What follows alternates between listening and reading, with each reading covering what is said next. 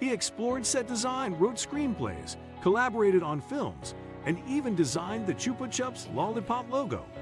He explored set design, writing the screenplay for the films Chaos and Creation and Babu, as well as designing the dream sequence for Alfred Hitchcock's Spellbound.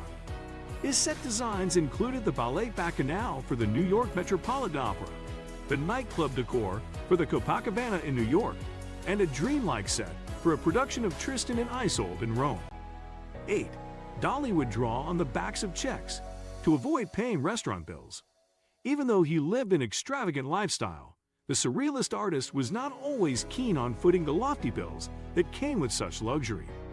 Dalí's sneaky technique to avoid payment was to write out a check for the meal, then turn it over and swiftly sketch an original drawing or doodle on the back. Since nobody could pass up the opportunity to take home a bona fide Dalí artwork, the restaurants rarely cashed those checks. Instead, they preserved them as prized relics with the artist's impromptu scribbles, essentially letting Dalí and his party dine for free. Dalí had an ocelot named Babu, whom he would bring to restaurants and social gatherings on a studded leash and collar.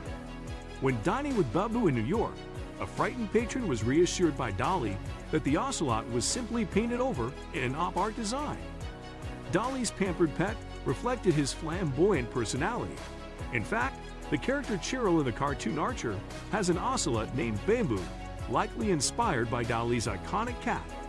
The surrealist artist maintained his lavish and eccentric lifestyle, even with the animals he kept by his side, treating Babu the ocelot to a life as unique as his own.